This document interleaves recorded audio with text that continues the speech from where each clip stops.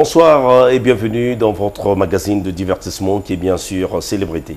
Dans ce magazine, nous recevons des personnalités tant nationales qu'internationales, des hommes ou des femmes qui façonnent le monde.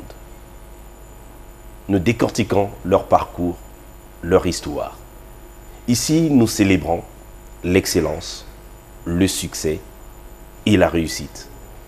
Mesdames et messieurs, bienvenue dans Célébrité qui reçoit l'homme qu'on appelle Sergio A.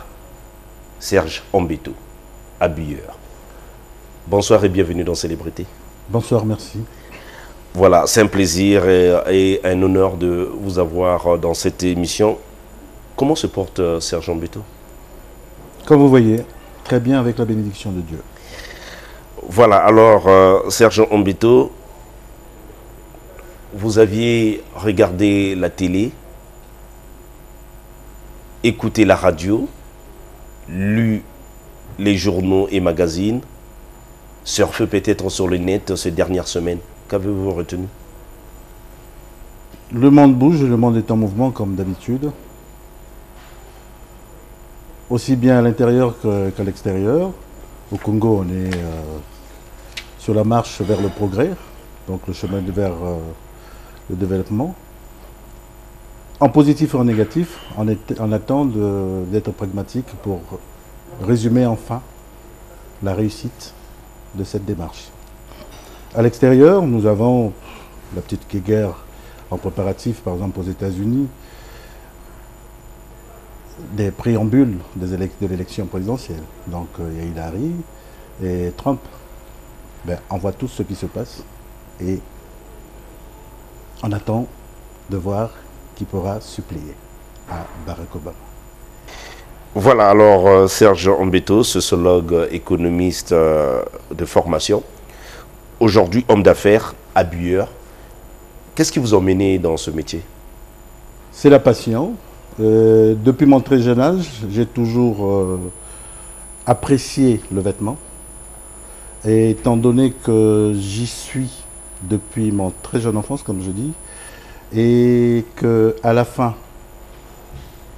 vous avez parlé de sociologue, après une enquête objective de ma part, j'ai compris qu'il fallait gérer un petit espace qui sombrait encore dans notre pays et qu'il fallait valoriser le produit. C'est pour ça qu'au lieu du bureau, j'ai préféré me mettre sur le terrain du risque, parce que les affaires, c'est le goût du risque. Et j'aime bien le goût du risque. Alors, laisser le bureau, comme tu l'as dit, pour vendre les vêtements et habiller les gens. Qu'est-ce qui a motivé ce choix? Ce qui a motivé ce choix est simple. C'est un constat clair et net. Nous, Congolais, arborant et adorant le bureau. Laissons pour compte les affaires pour l'étranger. Sinon, le vendeur de vêtements est souvent considéré comme le musicien, comme un sourien. Dans cette logique, j'ai voulu apporter mon intelligence dans la qualification de ce produit et surtout s'y mettre pour essayer d'apporter un élément demain que le public pourra peut-être apprécier. Je pense que je suis plus ou moins sans se prévaloir d'une réussite précaire sur le chemin de la réussite. Est-ce que l'idée d'être mannequin ne vous a pas effleuré, d'autant plus que vous avez le physique qui va avec? Non, surtout pas. Pourquoi surtout pas? Surtout Vous êtes pas. élégant, beau mec. Merci. Le principe pour moi, c'est vendre le vêtement et faire plaisir à l'autre pour qu'il prenne satisfaction. Donc l'idée d'être mannequin ne vous a jamais effleuré? Non, j'aime la prestance et j'apprécie bien les gens bien habillés. D'accord, alors Serge Ombeto, manager des établissements Sergio A. Alors, Sergio A. Sergio, j'imagine que c'est Serge et A, c'est Ombeto. Oui. Alors, la boutique Sergio A, pouvez-vous nous parler de cette boutique? La boutique Sergio A, c'est une boutique de vêtements qui est axée sur un concept simple, l'originalité du produit et la qualité de la marque que nous recherchions souvent ici, qu'on ne trouve qu'à l'extérieur. Et le manager de Sergio que je suis a pensé ramener ces mêmes produits pour que l'on touche objectivement ces produits au lieu de subjectiver à travers des commandes qui parfois peuvent plaire et parfois décevoir. Et la signification nette est que, après constat, je reviens toujours sur le test simple par rapport à ma profession. Je fais d'abord l'étude. À travers cette étude, j'ai constaté qu'il y a beaucoup d'éléments qui ne sont pas originaux. Donc, il y a de la contrefaçon. Et à travers la contrefaçon, j'ai voulu contrecarrer cette formule en apportant le bon produit, le produit original. Donc, s'il faut parler de particularité, on dirait que Sergio A. S'il y a une particularité dans... Oui. Sergio A, c'est l'originalité du produit, rien que l'original.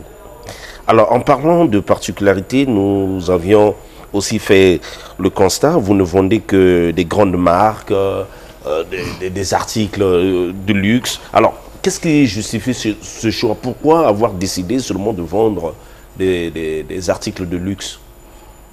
Bon, le constat est simple. Si j'ai refusé d'aller dans les bureaux en fonction publique ou bien dans le privé quelconque, hein, pour être un travailleur lambda pour un patron X, c'est parce que j'ai constaté que le Congolais aime bien le bon produit.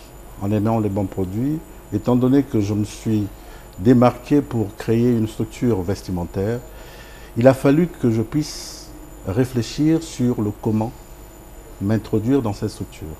Et comme je vise toujours l'excellence, qui est un peu l'emblème, sinon le concept réel de votre émission, en visant l'excellence, je ne pouvais pas viser bas. J'ai préféré être à la hauteur du citoyen qui aime le bon produit et qui aime la bonne qualité. Et c'est pour cela que j'ai choisi de gérer la marque. Et rien que la marque, en rapportant les marques que les Congolais apprécient bien sur place. Alors, nous savons que chez la plupart des Africains, le luxe est un indicateur de réussite. Alors, les voitures, les maisons, les vêtements, les chaussures, les bijoux, bref. Alors, est-ce que ce sont que les riches qui sont, entre guillemets, qui sont habilités d'acheter chez Sergio Mbeto? Avec l'expérience de terrain, j'ai constaté que le Congolais n'attend pas d'être riche pour être bien vêtu. Et le Congolais a pour principe de se faire beau avec le peu qu'il a, pourvu qu'il s'en sorte et surtout qu'il sache faire ses économies pour y arriver. Est-ce qu'avec le peu, on peut acheter un article, c'est Sergio Mbeto? Avec le peu, c'est Sergio A. Je vous prendrai juste un exemple. Le Congolais a toujours arboré et adoré Weston. Le salaire minimum est autour de 90 000, 100 000 si je ne me trompe pas. Weston est autour de 500, 600 000. Vous verrez que le Congolais moyen, qui a ce salaire, arrive à avoir ce produit honnêtement. Ça veut dire que le Congolais peut faire l'économie et s'en sortir. Mais souvent, on n'attend pas d'être riche pour avoir ce produit. Donc, la qualité du prix et surtout la volonté d'avoir le bon produit ne fait pas attendre le Congolais d'aller être riche pour pouvoir s'en enquérir. Donc le Congolais fait des miracles? Il ne fait pas de miracles, le Congolais. Le Congolais, cette intelligence de faire les économies pour acheter, pour se faire plaisir, s'il pouvait le faire également... Il gagne 90 000 francs, il achète quelque chose qui coûte 500 000 francs. C'est un miracle. Ça veut dire que, comme on dit chez nous, généralement, c'est l'article 15, ça. Hein? Se débrouiller, savoir se débrouiller. Et le Congolais... Et de quelle façon? De quelle façon? Ben, le mal serait le négatif, c'est-à-dire aller dans le faux pour essayer de s'en sortir. Alors, peu importe pour le vendeur. Donc, si on vous demandait quelle est la catégorie des clients, c'est Sergio A, vous direz? Multiforme. Ah bon? De la base jusqu'au sommet. Le prix moyen d'un produit chez Sergio A? Ça varie. On peut partir de 45, 50, parfois 35 sur certains produits. Et le prix moyen aussi entre 50 et 100. Peut-on savoir l'origine de vos produits? J'ai parlé de l'originalité, donc de la sémence même, de la racine. Mes produits viennent, si c'est façonnable, ça vient de chez Façonnable Original, donc de la maison Façonnable. Lacoste vient de la maison Lacoste, Kenzo vient de la maison Kenzo. Donc, en un mot, ça l'origine de l'origine, mais c'est divers. Il y a l'Italie, il y a la France. Donc l'Europe. Il y a l'Europe. Voilà. Uniquement l'Europe. Il y a même parfois les États-Unis. La Chine. Surtout pas. Oh, pourquoi? J'ai dit l'excellence et rien que l'excellence. Donc la Chine a pour corollaire, au jour d'aujourd'hui, dans le vestimentaire, d'être le berceau de la contrefaçon. Mais il y a la main-d'œuvre. La main-d'œuvre. Mais le produit peut être européen, mais fabriqué. C'est l'authentification du produit qui justifie l'excellence et l'originalité du produit. Donc les produits chez Sergio A ne sont que made in Europe. Non, ça peut être made USA. in USA, mais made in Turquie. Non, la marque principale. non. Peu importe, parce que les grandes marques généralement ont pour donc vous certifiez qu'il n'y a pas de contrefaçon chez Sergio A. Je certifie et je prends tout le monde à défi que Sergio A ne vend que de l'original et ne confond pas les choses en prenant le banc à 20% pour prendre 80% de faux et tromper le client. Sergio A ne trompe pas. C'est pour ça que Sergio A est authentique dans ses dires, aussi bien dans ses dires que dans la pratique. Alors que répondez-vous à ceux qui pensent qu'il est difficile de vendre que du vrai? Il faut un peu prendre de la contrefaçon pour avoir des bénéfices. Vendre que du vrai, c'est difficile d'avoir des bénéfices. Vendre que du vrai, c'est difficile d'avoir des bénéfices. Je me porte en faux, totalement en faux. Mais c'est normalement, c'est le constat culturel et substantiel du vécu du Congolais. Jadis, il n'y avait que les étrangers qui géraient ce secteur. Et les étrangers ont compris que le Congolais aime s'habiller, mais ne veut pas vendre le produit. Mais qu'est-ce que l'étranger peut faire? Lui, il vient, c'est pas pour regarder le Congolais et le caresser dans le bon sens. Non. Il vient pour la rationalité de ses affaires. Et sachant qu'il peut acheter moins cher pour vendre plus cher, il prend le principal. Mais faire de la contrefaçon et vendre de l'original n'a pas trop de différence. Mais le seul problème qui réside, c'est qu'il y a de la contrefaçon. La contrefaçon crée une concurrence déloyale parce que d'aucuns se disent de vendre des produits originaux alors qu'ils font de la contrefaçon. Moi qui fais des produits originaux, je fais des prix qui sont pratiquement concurrentiels à ceux qui font de la contrefaçon. À ce moment-là, c'est moi qui suis beaucoup plus biaisé et j'en appelle même au pouvoir public qui interdit ce genre de pratique de faire le travail nécessaire pour... Est-ce que les pouvoirs publics sont habilités à jouer ce rôle? Comment authentifier l'originalité? Sinon, si ce n'est pas des produits congolais. Donc, est-ce que le pouvoir public peut intervenir dans ce domaine? Mais évidemment. Avec quel mécanisme? Vous savez, l'antivaleur au niveau de la Chambre de commerce, au niveau du ministère du Commerce, il y a bien des agents habilités à faire la guerre à la contrefaçon. Peuvent authentifier, par exemple, 2 paires de chaussures signées telle marque ou les X marque? Les enquêtes, ils peuvent bien le faire, puisqu'il y a des... On a quand même des cadres dans ce pays. Et si on crée un service qui arbore le travail dans le sens de lutter contre la contrefaçon, ça veut dire qu'il y a des experts qui sont là pour découvrir. Vous savez, à la douane, la même question que vous posez, en douane, le douanier a été préparé pour connaître le bon et le faux. Donc, au niveau de toutes les formes d'organismes, on peut facilement retrouver des experts qui reconnaissent du faux du vrai. Est-ce que les produits contrefaits menacent l'économie du Congo? Les produits contrefaits menacent réellement l'économie du Congo, c'est à prendre et à laisser. Mais il y a la loi qui interdit la contrefaçon. Malheureusement, on est dans un pays qui, semble-t-il, a tendance à légaliser la contrefaçon. Et ça, c'est un problème. Le chemin du développement et surtout la rupture. On doit rompre avec ces fausses manœuvres. C'est un souhait, je pense, qui est objectif. Parce qu'on est dans un pays où on doit beaucoup plus supprimer l'excellence. Essayons d'être exemplaires et soyons stricts avec nous-mêmes pour aller de l'avant. Surtout en s'intéressant à l'enfant du pays qui se bat et qu'il faut créer des ouvertures pour aider ceux-là qui vont de l'avant. C'est important parce que les autres le font. On va vous traiter de xénophobe, là? Je suis loin d'être xénophobe. Je suis très loin d'être xénophobe parce que le patriotisme n'est pas un mot xénophobe. Le patriotisme ne crée pas le sectarisme. Dans tous les pays au monde, l'enfant du pays est d'abord honoré. Dans tous les pays au monde. J'habite l'Europe. Avant de commencer à servir l'autre, l'étranger, on sert d'abord le français. Commençons par valoriser l'enfant du pays. Ça ne veut pas dire qu'on est contre l'autre. Non, l'autre est là parce on est très hospitalier au Congo. Donc je ne serai pas là pour dire que je suis contre l'étranger. C'est l'étranger qui m'a appris à faire ce travail. Parce que j'ai beaucoup de frères étrangers et je suis leur exemple pour faire ce travail. Alors, Serge Mbetto, dans un monde où le faux et le vrai se font et se confondent, comment vous vous prenez pour être vrai? C'est difficile que quand vous revendiquez que vous ne vendez que de l'original, du vrai. Comment vous vous prenez qu'à vendre que du vrai et faire des bénéfices? Parce que vous participez au développement économique de ce pays, vous employez des gens. Comment vous vous prenez? Je me prends avec la stratégie que j'ai mise en place. C'est simple. J'ai opté pour faire que l'original. Ça veut dire que je n'ai pas opté pour voler.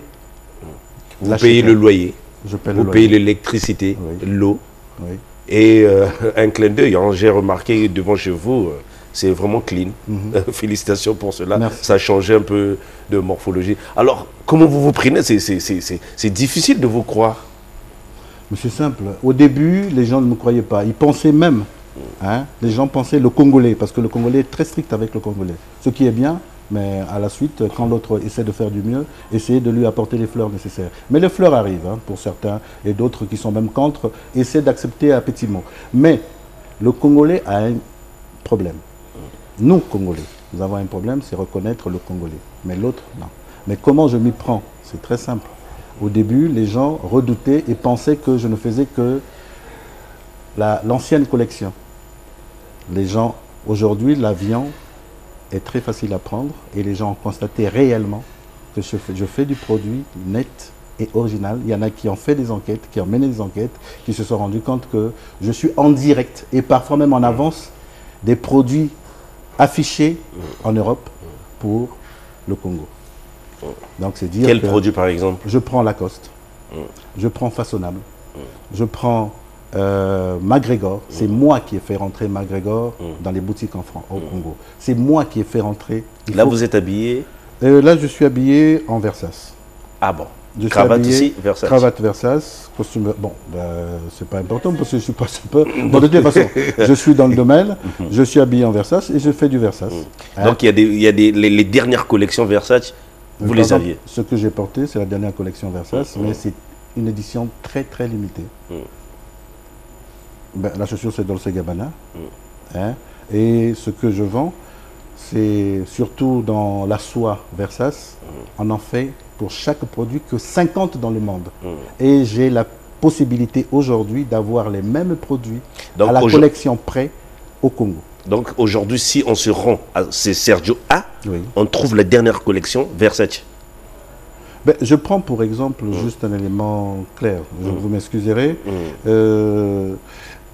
J'ai ramené un journal qui a pignon sur rue.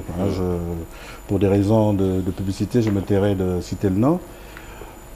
Vous voyez bien là, il y a la chemise Versace de la dernière collection qui se trouve également dans la boutique Sergio A. Le prix affiché est bien 510 €. Allez comparer avec le prix pratiqué par Sergio A, vous allez comprendre que Sergio A n'exagère pas, mais fait réellement de la bonne qualité et apporte aux Congolais ce qu'il attend d'avoir sur place. Voilà, alors Sergio A, vous allez vous rendre chez Sergio A pour comparer. Comment faire pour se rendre chez Sergio A? Où est-ce que vous êtes situé pour ceux qui ne sont pas... Sergio A est aujourd'hui connu un peu de la majorité des Congolais. Sergio A, je ne cesserai de le dire, est au 104 croisement rue Banza, avenue Latiémé, non loin de la rue Mboshi, du PSP de la rue Mboshi, au 197. Je ne connais pas, c'est dans quel arrondissement? À Wenze. À Wenze, dans le 5e arrondissement. 5e arrondissement. Ça, c'est à Brazzaville. À Brazzaville. D'accord. Et 197, croisement rue Banza, avenue Latiémé, juste à l'angle. Et la particularité, c'est comme vous le dites, c'est la clarté. Et il y a des choses très propres, des produits, une présentation très sympathique qui vous attirera obligatoirement. Alors, Sergio A est-il un représentant ou a-t-il d'exclusivité sur certains produits comme on le voit dans les publicités, dans nos télés? Est-ce que vous êtes représentant pour une marque ou vous aviez une exclusivité sur une marque? Merci pour la question, c'est une question très importante parce qu'il y a également là, non pas la contrefaçon, mais la mauvaise information qu'on transmet aux Congolais. Je ne suis pas représentant, je n'ai pas l'exclusivité. Et je vais dire que je vais aller plus loin. Tous ceux qui disent, je dis là. À Brazzaville, il y a de ceux qui le revendiquent. Ceux qui revendiquent, qui ont l'exclusivité, en tout faux. C'est les mêmes qui font de la contrefaçon. Et représentant? Représentant, la représentation c'est simple. C'est aller vers le fournisseur et signer des accords pour être représentant en remplissant certaines conditions. La représentation, je ne peux pas mettre mon doigt. À la limite, si on est représentant, encore, je peux l'accepter. Mais de là à dire qu'on a l'exclusivité, à ce jour, aucune personne n'a l'exclusivité sur un produit. Sur un produit. Que ça soit... Donc c'est de la mauvaise pub.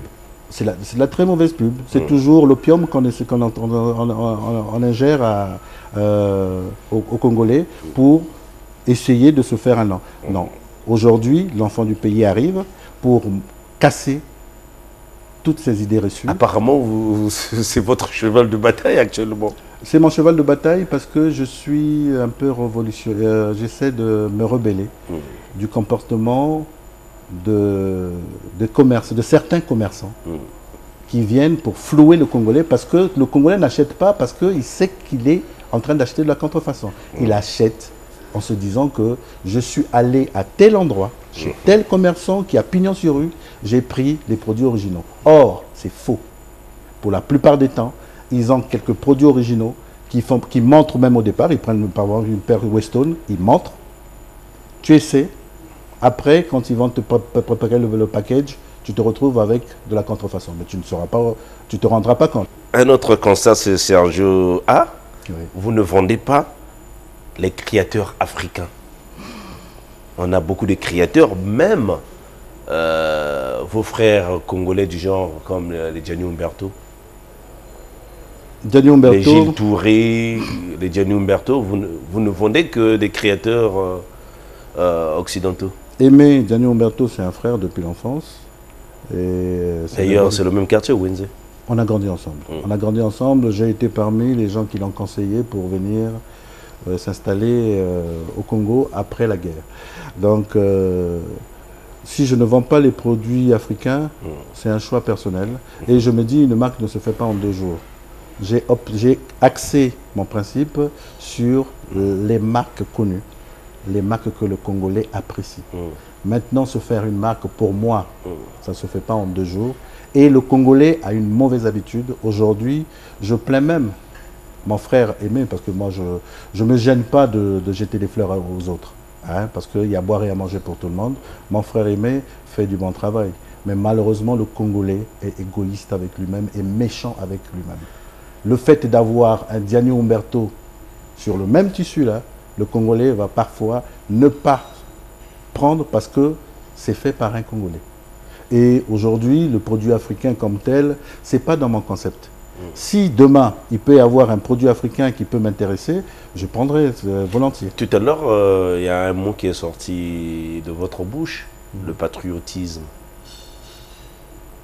À Kinshasa, c'est vrai que c'est courant d'entendre ce genre de vocabulaire. Mais là, vous revendiquez le patriotisme. Est-ce que vous ne pouvez pas vendre du Gianni Umberto comme tel? Mais vous comprenez que c'est un peu regrettable de le dire. Mon frère Gianni Umberto est sur la place. Bon, on n'est pas là pour faire l'apologie de Gianni Umberto, mais je ne me gêne pas. C'est un créateur, Hein? c'est Oui, comme on a parlé lui, de Versace. il est créateur et styliste.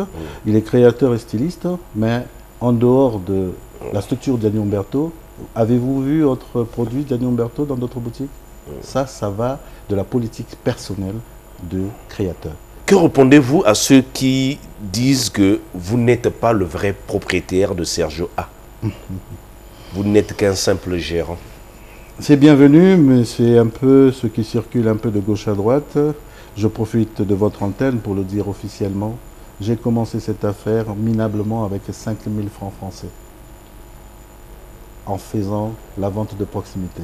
Quand je fus étudiant, j'ai commencé à gérer ce travail jusqu'à arriver au point où, avec fonds propres, j'ai créé mon produit. Je le dis tout haut, personne, je dis bien personne, c'est à travers mes efforts personnels que j'ai créé Sergio A.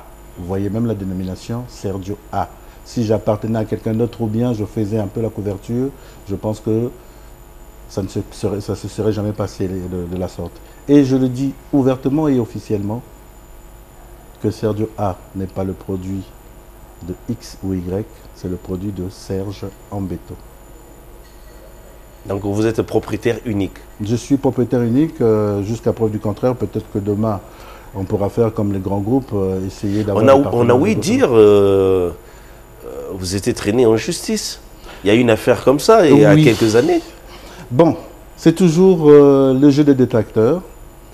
Et le Congolais, quand on voit émerger son compatriote, on veut toujours le mettre... C'était quoi? Il y a eu une affaire où on m'a traîné pour escroquerie. Et je tiens à le dire, j'ai toujours été droit dans mes bottes. Et j'ai été un peu surpris et sonné. Merci, aujourd'hui, on a un ministre de la Justice qui est là pour gérer tout ce qui est anti-valeur. Je n'irai pas loin, mais ce que j'ai vécu avec la justice de mon pays est ahurissant. Je pense que parce que l'affaire a fait du bruit dans la ville, je pense que en tant qu'enfant du pays, je suis un peu subjugué et surtout consterné de constater ce qui est passé. Dieu, heureusement, comme je l'avais dit au tribunal, il y a un Dieu. Et je tiens toujours pour parole ce que Mukala Mukoko avait dit. En dehors de la justice humaine, il y a la justice divine. Et la justice divine, heureusement, a fait ce qu'il fallait faire pour que je ne sois pas dans les géoles pour mauvaise formule de l'attaque qu'on a voulu adresser à mon endroit pour me casser, afin que ceux qui ont essayé d'imiter Serge Ambeto puissent émerger. Malheureusement pour eux, comme on dit, le sorcier ne montre pas tout, ils sont en train de sombrer. Alors, Sergio A aurait pu devenir une marque de vêtements. Créer votre marque. Qu'est-ce qui vous empêchez de créer votre marque? Je vous l'ai dit tantôt, vous avez parlé de mon frère aimé, Gianni Umberto. J'ai jusqu'à présent pas voulu, si j'étais en Côte d'Ivoire, si j'étais à Kinshasa, je l'aurais fait. Mais le comportement, l'habitude culturelle, le comportement non altruiste du Congolais ne me permet pas de pouvoir mettre à l'instant une marque Sergio A, parce que dans le cadre de... Donc pour vous, en créant votre marque, les Congolais ne consommeraient pas votre marque? Ils peuvent apprécier le produit, mais certains, juste parce qu'il y a Sergio A, ne porteront pas. Hein? Je le mets un peu sur le terrain, je pense que ça pourra peut-être être un sujet à discussion ou à réflexion, mais je pense que je ne me trompe pas. Et une marque ne se fait pas en 2 jours. Hein? C'est pour ça que je me dis, il serait prématuré pour moi de pouvoir gérer la chose, mais mon concept, c'est essayer de faire couler ce que le Congolais apprécie. Mais je sais que le Congolais apprécie le bon produit. Et comme on part d'un principe simple, partant de la colonisation, sinon de la source de nos aïeux, le vêtement, la qualité, rien que la qualité, souvent, comme vous êtes vêtu, je pense que c'est beaucoup plus occidental. Même si on est patriote, mais On ne dit pas qu'on est, on vit dans un cercle fermé. À ce moment-là, je m'y mets dans l'habitus, le comportement voulu du Congolais. Et je m'y mets pour... Moi, je ne viens pas pour... je cherche le profit. Hein. Donc, je ne cherche pas à révolutionner la mode au Congo. Je cherche le profit et je joue sur la volonté et surtout l'envie du Congolais à pouvoir se vêtir. Voilà, alors, dans ce métier, que visez-vous? La reconnaissance, la gloire ou simplement la richesse? Comme je vise la prof. réussite. Je vise la réussite. La reconnaissance viendra de l'autre, du client qui achète. La gloire, je ne suis pas trop dans ce axe. La gloire... Mais la richesse au moins, puisque vous visez le profit. Ben, je vise le profit, donc quand j'ai parlé de la réussite fait chemin avec la richesse. Donc en tant que commerçant, l'homme d'affaires ne fait pas des affaires pour couler. Il fait des affaires pour avoir des intérêts. Donc je cherche à faire grandir ma maison dans la logique et surtout au prorata de mon savoir et surtout du pragmatisme de mon affaire. Voilà, alors autre chose, Serge Mbetto est-il membre d'une association des sapeurs? Non, je ne suis pas membre d'une association de sapeurs, mais j'apprécie bien les jeunes qui essaient de... sinon, pas seulement les jeunes, puisqu'il y a nos aînés qui sont là-dedans. Alors, je ne suis pas membre d'une association de sapeurs. Serge Mbetto est-il sapeur? Je ne suis pas sapeur, je suis un amoureux du vêtement et j'adhère dans cette culture des sapeurs qui valorise, qui ressort une forme d'identité spécifique du Congolais dans le bon sens. Dans le bon sens. Le sapeur est là pour la prestance, l'élégance et est sapeur, pas seulement le voyou, mais généralement le sapeur doit travailler pour avoir ce qu'il a, pour se vêtir aussi bien et être apprécié, il faut se forger. Et surtout dans le travail. Vous remarquerez que dans ce lot de sapeurs, on a rarement indexé des bandits dans notre pays. Comment réagissez-vous lorsque vous entendez des phrases du genre « sapeur égale à voyou » ? Sapeur égale voyou, je m'inscris totalement en faux. Et généralement, sapeur, je peux ajouter encore autre chose, vaurien ou quelque chose comme ça. Ça va avec le musicien. Dans notre culture, hein, chez le Congolais, la considération du Congolais, le commerçant, le musicien, le sapeur, c'est un peu la classe en deçà. Mais comme un amuseur actuellement aussi. Mais quelqu'un qui distrait, le sapeur, il fait... Mais c'est une distraction. Hein, la sape, c'est une distraction. Après avoir travaillé, ça déstresse. Hein, ça fait du bien. Vous voyez même notre chef d'État, il y a certaines sorties, il y a certaines fêtes, hein, organisations officielles où on appelle les sapeurs. Mais si l'État arrive à s'intéresser à cette catégorie culturelle, c'est qu'il y a une essence, c'est qu'il y a une valeur, il faut en tenir compte et surtout... C'est pas de la récupération politique? La récupération politique ou non? La récupération politique qui va avec la volonté de celui qui veut intégrer le jeu politique. Mais ce n'est pas dans la SAP. Il ne faut pas confondre la SAP et la récupération politique. Je suis aujourd'hui meneur d'un groupe de sapeurs. Si je suis aujourd'hui meneur d'un groupe de sapeurs et que on me récupère politiquement, ce n'est pas le groupe de sapeurs qui est récupéré. Si le groupe de sapeurs s'y met, donc le groupe de sapeurs est rentré dans cette idéologie. Il faut éviter les lavages de cerveau. Si on est là pour la SAP, rien que pour la SAP, on y va. Mais le Congolais a sa volonté et surtout ses idées à travers certains engagements. Monsieur Ahmed Yala, président des associations des sapeurs congolais, vous inspire quoi?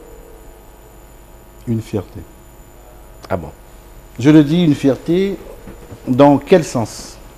Parce qu'aujourd'hui, il a su valoriser et institutionnaliser la SAP. J'entends là un peu les divergences qu'il y a, c'est normal, c'est devant la loi, qu'il y a entre les différents sapeurs.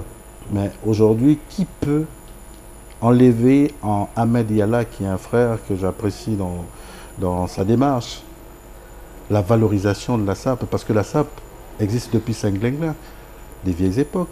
Mais on n'a jamais structuré la SAP au Congo. La SAP fait partie de la créativité propre, je dis bien SAP, créativité propre du Congolais. Parce que c'est un amoureux du vêtement, un amoureux du tissu. Voilà qu'un enfant du pays arrive à éclore, prendre ses moyens et essayer de structurer et institutionnaliser la SAP. Quoi de plus mal? Je lui tire mon chapeau. C'est pour dire que cette forme d'égoïsme est à bannir. Quand l'autre arrive à faire des bonnes choses, tirez-lui le chapeau. Et s'il y a conseil, donnez-lui les conseils. Donc, il peut avoir des est-ce que tout le monde est obligé d'être membre de cette association? Mais non, tout le monde n'est pas obligé. Il est président des associations. Donc des associations qui ont adhéré à sa logique. Mais les autres sont libres de faire la même chose. Les jeunes de Diable Rouge et les autres, je les connais. Hein?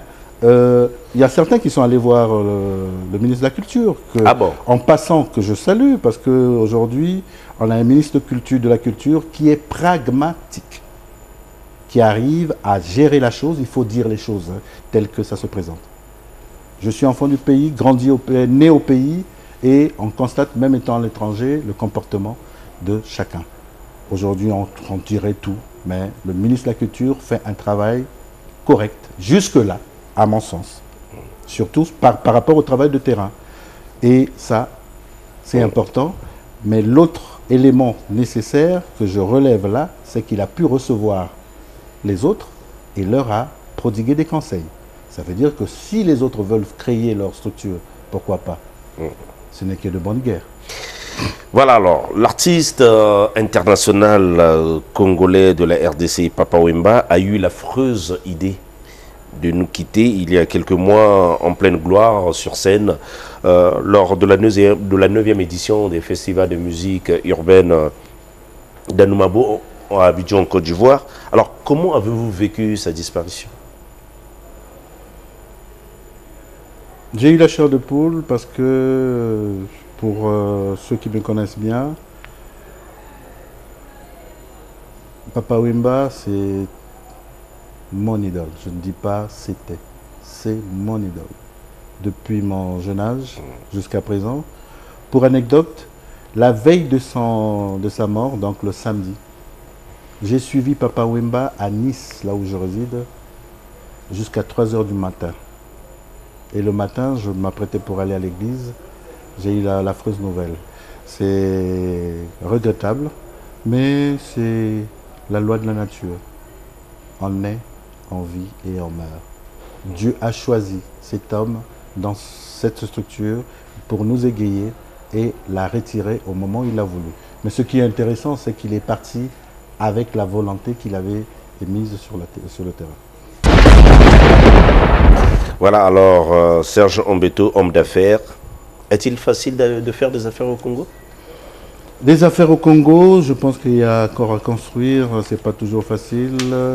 Et c'est peut-être parfois, c'est des deux côtés. Ben, il y a encore des choses à faire, surtout dans l'accompagnement des hommes d'affaires. Bon, homme d'affaires, c'est encore un concept, je pense, qu'on doit revoir. Est-ce que je suis réellement homme d'affaires? Je suis en train de pouvoir... Juste un commerçant? Je suis d'abord un commerçant et je me demande s'il y a vraiment des hommes d'affaires au Congo. Ce n'est pas pour porter un grief. Hein, aux hommes d'affaires. Je m'excuse, mais je dis... Vous n'avez que des coups de gueule, là? Non, je n'ai pas que des coups de gueule. Je pense qu'il faut qu'on réfléchisse sur le concept. J'ai intégré la COGEPACO au niveau de la Chambre de commerce. C'est pour essayer de mettre mes idées en place et puis peut-être avec le temps, avec le peu qu'on pourra apporter, essayer de reformer la chose et surtout créer des structures de formation. Parce que s'il y a des hommes d'affaires, il y a des subventions à coups de milliards qui viennent au Congo, qui repartent parce que même faire un business plan pour le Congolais, c'est un problème. Mais est-ce qu'on ne pourrait pas créer des structures, même au niveau de la Chambre de commerce, pour apprendre à nos pseudo-hommes d'affaires à faire un business plan, faire bien des choses? Donc il y a des réformes à faire. Et vous continuez à dire pseudo? Hein? Mais quand je dis pseudo, c'est parce que rien n'est encore efficace sur le terrain. Alors, si l'on vous demandait de dire C'est quoi le plus difficile lorsqu'on fait les affaires au Congo? Le plus difficile, c'est quoi? Bon, je prends juste un élément simple. Au niveau de la fiscalité. On a la fiscalité qui est là. Chaque année, on paie nos impôts. Mais récemment, j'ai même eu la visite du Trésor public. Les recettes principales qui arrivent. Un impôt additionnel à coût de centaines de mille. Je suis parti en répondant à la convocation et je me suis rendu compte que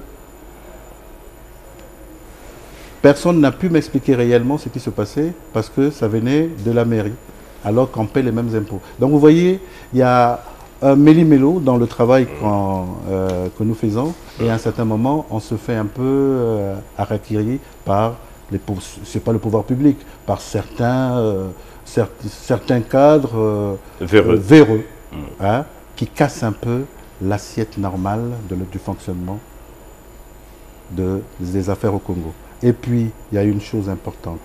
Ayant l'amabilité de former et d'aider le Congolais à aller de l'avant dans les affaires, parce que la fonction publique n'est pas la sinécure dans l'évolution d'un pays. Le secteur privé est important. Ne laissons pas le secteur privé qu'à l'étranger. Et il y a un autre point important. Dans le cadre du patriotisme, j'essaie d'enquiller là-dessus. Dans le cadre du patriotisme, essayons de donner un peu la priorité à l'enfant du pays, même dans les grandes affaires, et surtout même créer une forme de partenariat avec tout ce qui arrive. Parce que dans d'autres cieux, on privilégie d'abord l'enfant du pays avant de prendre l'autre. Et même quand on prend l'autre, on gère avec l'enfant du pays.